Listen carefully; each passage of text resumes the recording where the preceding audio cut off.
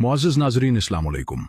सोचें ज़रा, अगर आप बाजार जाएं और वहां एक दुकान नजर आए जिसके ऊपर लिखा हो यहां अक्ल फरोख्त होती है, क्या आप हंस पड़ेंगे या हैरान रह जाएंगे कि आखिर अक्ल भी कभी खरीदी जा सकती है?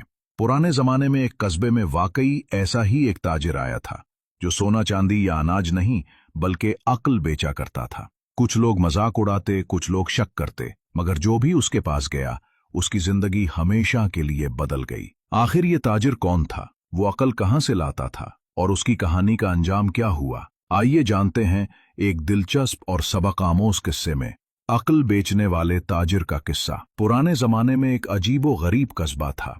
वहां एक बाजार लगता था जहां लोग अनाज, कपड़ा, जेवर, फल और दूसरी अशिया खरीदने के लिए आया करते। लेकिन एक दिन बाजार में एक नया ताजिर आया। उसके पास कोई कपड़ा, अनाज या जेवर नहीं था। उसके थैले में एक अजीब सी किताबें, पुराने तूमार और कागज के टुकड़े थे। उसने अपने दुकान के ऊपर बड़ा सा बोर्ड लटकाया, यहां अक्ल फरोख्त होती है। गांव वाले पहले तो हंसे, एक दूसरे से कहने लगे, अरे भाई, अक्ल भी कभी खरीदी जा सकती है, ये जरूर कोई पागल है या फिर कोई जादूगर होगा। लेकिन आहिस्ता आहिस्ता लोगों में तजस्सुस बढ़ने लगा। वो दुकान के पास आने लगे। पहला खरीदार दौलतमंद ताजिर कस्बे में रशीद नाम का एक बड़ा ताजिर था। वो दौलतमंद तो था मगर अक्सर नुकसान उठा लेता, किसी पर अंधा एतमाद करता और फिर धोखा खा जाता। उसने कहा, अगर वाकई अक्ल बिकती है तो मुझे चाहिए। वो दुकान पर आया और बोला, मेरे पास माल है, दौलत है, नौकर हैं, लेकिन अक्ल की कमी है, मुझे अक्ल दे दो।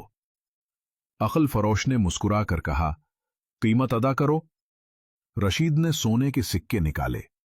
ताजिर ने एक कागज पर सिर्फ एक जुमला लिखकर उसे दिया, फैसला करने से पहले 2 दिन सोचो।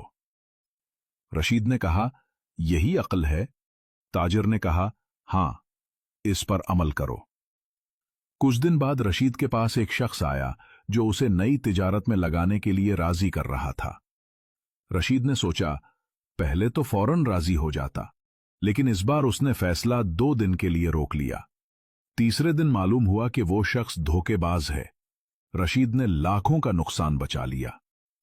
अब रशीद लोगों से कहने लगा, मैंने अक्ल खरीदी है और वाकई उसका फायदा है। दूसरा खरीदार मगरूर। रईस कस्बे का रईस नवाब हामिद बहुत मगरूर था। वो हर बात में अपनी मर्जी करता, किसी की नहीं सुनता।